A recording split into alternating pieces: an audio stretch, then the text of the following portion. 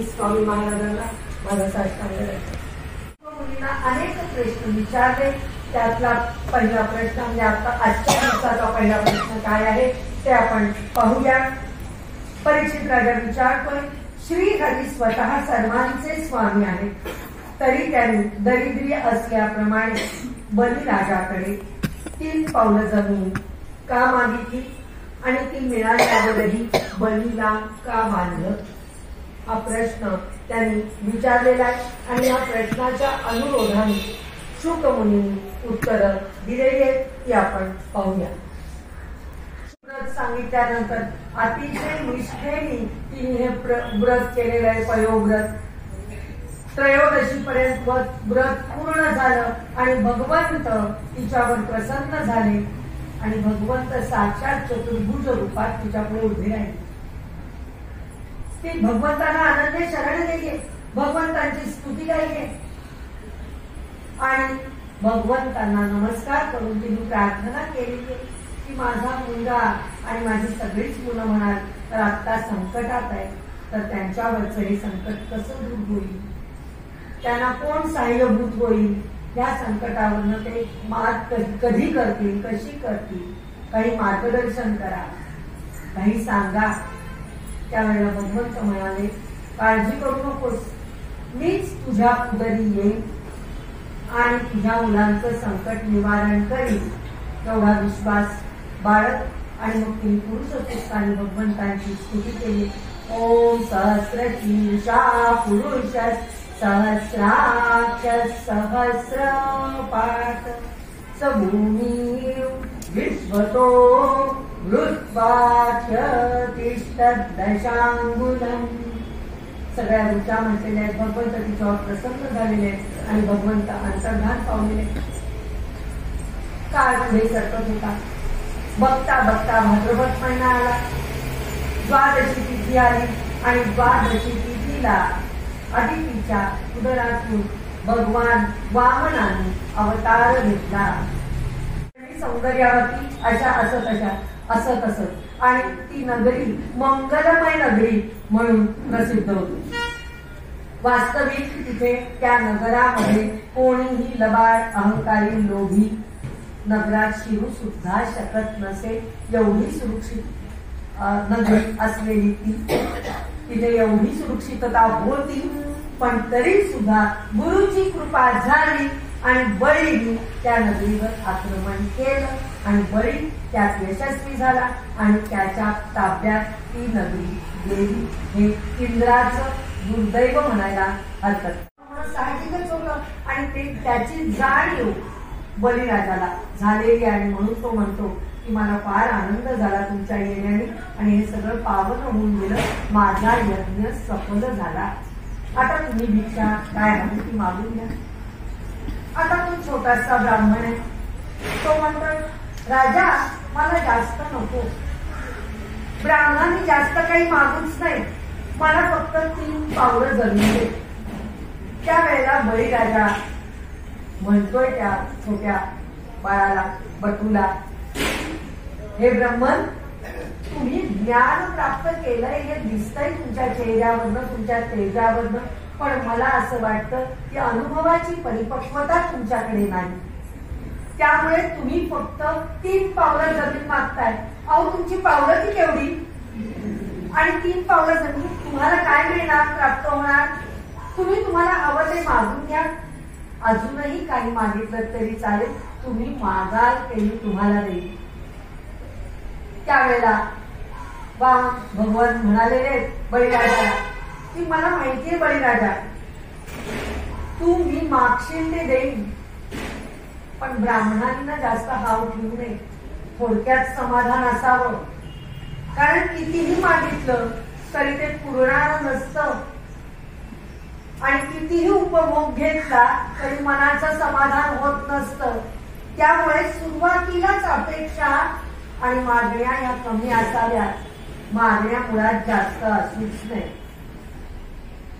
आणि हेही मला माहितीये की तुझं कुळ काय आहे ते.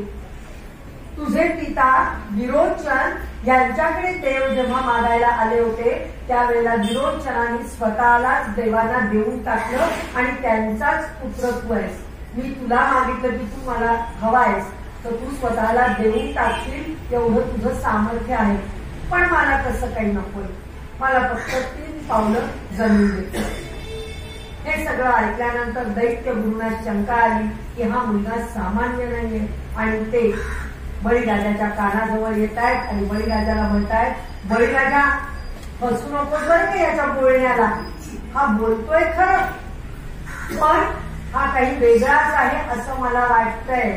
त्यामुळे 3 पावलं मी नेमकं तो किती मागतोय याचा काही अंदाज येत नाहीये. कदाचित भगवंत याच्या रूपाने तिथे आलेले असू शकतात. त्यावेळेला बळीराजा आपल्या गुरूंना म्हणतोय, मला मान्य आहे तुम्ही म्हणताय ते, पण जर याच्या रूपात साक्षात भगवान विष्णू माझ्या दारात आला असेल तर तो मागेल ते मी द्यायला तयार आहे. आता मी मागे पुढे बघणार नाही असं म्हणून त्यांनी आपल्या पत्नीला विंध्यावलीला बोलवले. विंध्यावली सोन्याची झारी घेऊन आलेली आहे आणि बळीराजाने संकल्प केलेला आहे की या ब्राह्मणाने या भटूनी जी 3 पावलं जमीन मागितली ती मी त्याला देतो.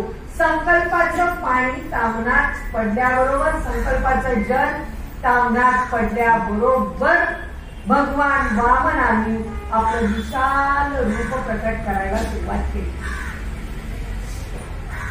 जल सोडलंय तामणात आणि तो खाली असलेल्या वामनाकडे असा बघत होता. बळी त्याच्यापेक्षा उंच आणि मोठा आहे. तो 8 वर्षाचा बालक छोटा आहे म्हणून बळीराजा असा खाली बघत होता आणि जल तांबडात पडल्याबरोबर वामन भगवान मोठे मोठे मोठे व्हायला लागले. बळीची मान त्याच्याबरोबर अशी अशी अशी वर गेली.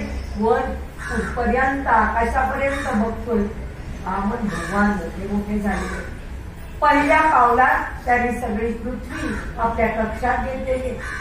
दुसऱ्या पावलात स्वर्गलोक म्हणजे भूर भुव स्वा म जन सत्य तप सगळे 7 लोक त्यांनी आपल्या कक्षात घेतलेले. आणि आता बळीराजाला भगवंत विचारतायत, राजा 3रं पाऊल कुठे घेऊ. वास्तविक बळीराजा पृथ्वीवर उभा आहे. पृथ्वी भगवंतांनी ताब्यात घेतलेली आहे म्हणजे आता बळीराजाचं काहीच खाली राहिलेलं नाही. त्यामुळे आता कुठं 3रं पाऊल ठेवायचा हा प्रश्न भगवंतांना पडलेला आहे. बळीराजाचं महात्म्य एवढं की त्यांनी सगळा आपला अहंकार सोडलेला आहे आणि तो भगवंतांच्या चरणावर नतमस्तक झालेला आहे आणि तो म्हणतोय की मी माझा अहंकार सुद्धा तुम्हाला देऊन टाका. आता तुमचा पाय माझ्या मस्तकावर ठेवा. भगवंतांनी त्याच्या मस्तकावर पाय ठेवलाय आणि खाली खाली खाली त्याला इतका दाबलाय. खाली 7 पाताळ आहेत पृथ्वीच्या. पाताळापर्यंत त्याला नेला आणि त्याला म्हणाले, मी तुझ्यावर प्रसन्न आहे. आता या पाताळात तू राज्य कर आणि तुझ्या द्वारावर मी द्वार रक्षक म्हणून उभा राहील. परीक्षितांनी म्हटलं होतं की बळीराजाला का बांधलं. वास्तविक बांधलेलं नाही पण आता जेव्हा भगवंत त्याच्या द्वारावरती द्वाररक्षक म्हणून उभे राहिले, जेव्हा बळी द्वारातनं बाहेर पडेल भगवंतांना कळणारच ना बळी निघालाय, तो कुठे जातोय काय जातोय. म्हणजे जणू काही भगवंतांनी त्याला नजर कैदेत ठेवलं असं म्हणायला हरकत नाही. पण ती कैदही नव्हती. भगवंत त्याच्यावर प्रसन्न झालेले होते आणि त्याला पाताळात राज्य करण्याचं स्वातंत्र्य भगवंतांनी दिलेलं होतं. त्यामुळे आपण सहजपणे जमदग्नींच्या आश्रमात जाऊ शकतो आणि कामधेनू घेऊन येऊ शकतो. या भावाने या विचाराने त्या 10,000 पुत्रांनी पुन्हा एकदा ससैन्य त्या आश्रमावर आक्रमण केलेलं आहे. त्या आक्रमणाच्या काळात त्यांनी जमदग्नी ऋषींना मारलेलं आहे. धडापासून त्यांचं मस्तक वेगळं केलेलं आहे. रेणुका मातेने आकांत केलेला आहे. आपल्या पतीचं शिर देहापासून घरापासून वेगळं झालंय पाहिल्यानंतर ती अतिशय रडायला लागलेली आहे, आकांत करायला लागलेली आहे. त्या पुत्राने कामधेनू आणि वासरू पुन्हा एकदा पळवलेलं आहे. आकांत करता करता रेणुका मातेने रामाला हात मारले, रामा धाव रामा धाव. परशुराम हे सुद्धा स्मर्तृगामी म्हणून ओळखले जातात, स्मरण करता क्षणी येणारे. त्यामुळे आईनी त्यांच्या नावाचा उच्चार करताच परशुराम आई समोर हजर झालेले आणि विचारताय, माटे काय झालं, का हाक मारली? बघ म्हणे तुझ्या पित्याचं मस्तक त्या कार्तवीर्यार्जुनाच्या पुत्राने धडापासून वेगळं केले. आता काय करायचं? का मध्ये सुद्धा घेऊन गेले ते. आता काही करायचं असलं तर तूच करू शकतो. 3 भाऊ आहेत बरं का परशुरामाला आधीचे, पण कुणीही आपल्या वडिलांसाठी काही पुढे यायला धजावलं नाही. परशुराम पुन्हा एकदा आपला परशु घेऊन माहिष्मती नगरीमध्ये आता गेलेले. त्या 10,000 पुत्रांबरोबर आणि त्यांच्या सगळ्या सैन्याबरोबर त्यांनी तुंबळ युद्ध केलेलं आहे. त्या युद्धाचं वर्णन तुम्ही प्रत्यक्ष भागवत ग्रंथातनं वाचा, कारण आपण ते वर्णन करत बसलो तर आपली कथा पुढे सरकणार नाही.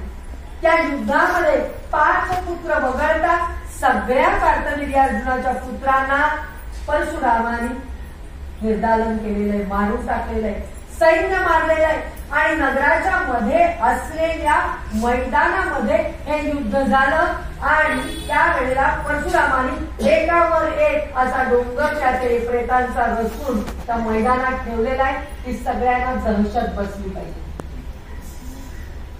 त्यानंतर परशुरामाच्या असं लक्षात आलं की हैहय वंशाचे राजे खूप अधर्मी झालेले, उद्धट झालेले. त्यामुळे त्याने निश्चयच केला की 21 वेळा पृथ्वी क्षत्रिय करीन, पण या हैहय वंशीयांचा नाश करीन. यांना अधर्माने मी राज्य करू देणार नाही. त्यामुळे 21 वेळा त्यांनी पृथ्वी निक्षत्रिय केली. पण कार्तवीर्यार्जुनाचे 5 पुत्र त्यातनं सुद्धा वाचलेले आहेत. आणि ते 5 पुत्र असे आहेत: जयध्वज, शूरसेन, वृषभ, मधु आणि पुरजित. आता एवढं तुंबळ युद्ध झालं, एवढ्या लोकांची हत्या करायला लागली. निरनिराळ्या राजांना म्हणजे भूपतींना त्यांनी मारलं. हे सगळं पाप परशुरामाच्या माथ्यावरती आहे. त्यामुळे त्यांनी ज्या क्षत्रियांना त्यांनी हरवलं होतं, त्यांची जी राज्य त्याला मिळालेली होती ती त्यांनी सरस्वती नदीच्या किनाऱ्यावरती स्वतः स्नान करून निरनिराळ्यांना दान देऊन टाकली. वास्तविक तो भूपती होऊ शकला असता, पण भगवंतांना कधीच सत्तेची इच्छा नव्हती. त्यामुळे त्याही परशुराम अवतारात त्यांनी त्या सत्तेचा मोह धरला नाही. त्यांनी ती राज्य, ती पृथ्वी दान देऊन टाकली आणि अवभृत स्नान केलं असं म्हणतात. म्हणजेच अवभृत स्नान याचा अर्थ ज्ञान गंगेचं स्नान. ज्ञान म्हणजे स्वस्वरूपाची ओळख, ती परशुरामांना त्यानंतर झालेली आहे. आणि त्यानंतर त्यांनी आपल्या पित्याचं मस्तक त्यांच्या धडावर लावलेलं आहे आणि त्यांना जिवंत केलेलं आहे. आणि पुन्हा एकदा जमदग्नी ऋषी मागे काय झालंय हे सगळं विसरून गेलेले आहेत आणि त्यांचा कार्यकाळ पुढे चालू राहिलेला आहे. मला गोपाळ कृष्ण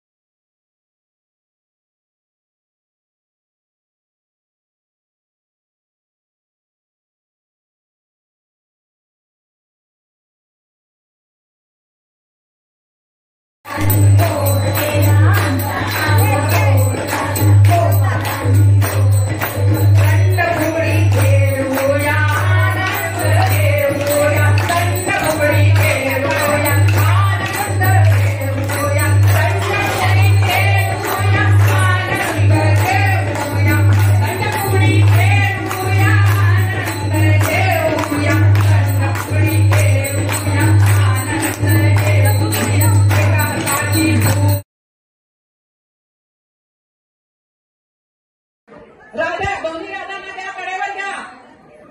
पुरुष मंडळी या नाही म्हणजे यांना कडेवर घ्या. चला. आमचा काला गोड झाला गोपाळांनी गोड केला.